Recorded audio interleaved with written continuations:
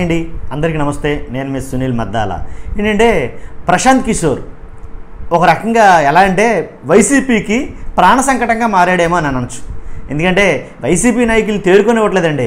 ఆయన మాటలు ఎలా ఉన్నాయంటే దెబ్బ మన వాళ్ళు కాదు, వైసీపీ వాళ్ళకి కొద్దిగా గొప్ప ఊరట కూడా కలనివ్వట్లేదు ఆయన. ఎందుకంటే గెలుపు అనే మాట వాళ్ళ నోటంటే రానివ్వకుండా చేస్తున్నాడు ఈ ప్రశాంత్ కిషోర్. అసలు ఏమన్నాడు ప్రశాంత్ కిషోర్ గారి గురించి? ఎవరైతే బొత్స సత్యనారాయణ ఉన్నాడో ఆయన కొన్ని మాటలు అయితే మాట్లాడాడండి. ఒక ఆసక్తికరమైన మాట బొత్స సత్యనారాయణ గారు మాట్లాడాడు. ఆయన ఏం మాట్లాడాడు అనేది ఒకసారి నేను మీకు చెప్పే ముందు నాది రిక్వెస్ట్ అని మర్చిపోద్దు. ప్లీజ్ మన ఛానల్ లైక్ చేయండి. లైక్ చేస్తే ఈ వీడియో చాలామంది షేర్ అవుతుంది, నాకు కొంచెం మోటివేషన్గా ఉంటుంది. మర్చిపోద్దు, కొత్త వాళ్ళైతే కనుక ఖచ్చితంగా సబ్స్క్రైబ్ చేసుకోండి. ఏం మాట్లాడాడంటే రాజకీయ నాయకులు మాట్లాడిన మాటలు ఒకసారి చాలా ఆసక్తికరంగా ఉంటాయి. ఏంటంటే అందులోనూ బొత్స సత్యనారాయణ గారు ఏం మాట్లాడారంటే ప్రశాంత్ కిషోర్ ఏమన్నా బ్రహ్మ, ఆయన ఏమన్నా అపరబ్రహ్మ, ప్రశాంత్ కిషోర్ చెప్తే చెప్పినవన్నీ జరిగిపోతాయా కాకపోతే ప్రశాంత్ అని అన్నాడు.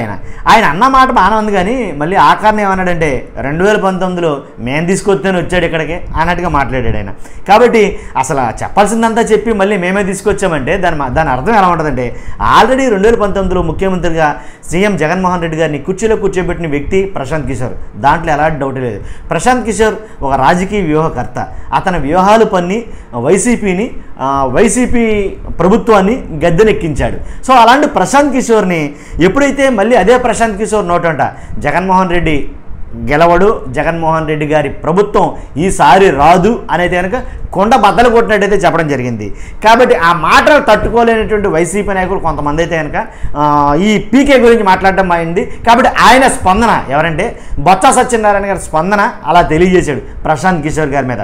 కరెక్టే, ఏంటంటే ఆయన ఏం బ్రహ్మ కాదు, ప్రశాంత్ కిషోర్ ఏమీ బ్రహ్మ కాదు. అతను చెప్పినవి జరగాలంటే జరగాలని అంటే జరగనవసరంలా, కానీ జరుగుతుందనే ఆశతోటి 2019లో ఆయన మీరే తీసుకొచ్చారు. ఆ మాట మర్చిపోయినట్టున్నాడు బొత్స సత్యనారాయణ గారు. మర్చిపోవడం కాదు, మనం మర్చిపోతామేమో అని ఆయనే గుర్తు చేశాడు మళ్ళీని.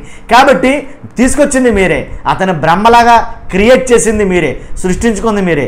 కాబట్టి మరలా మీరు అతను చెప్పింది జరుగుతాయంటే కనుక చూసే జనం ఆల్రెడీ అన్నీ తెలుసండి వాళ్ళకి. కాబట్టి చూస్తున్నాం, మీరు అందరూ కూడా మర్చిపోద్దు. ఖచ్చితంగా మన ఛానల్ సబ్స్క్రైబ్ చేయండి. అలాగే కొత్త వాళ్ళైతే కనుక లైక్ చేయండి, సబ్స్క్రైబ్ చేయండి, మన వీడియోని షేర్ చేయండి. Thank you very much.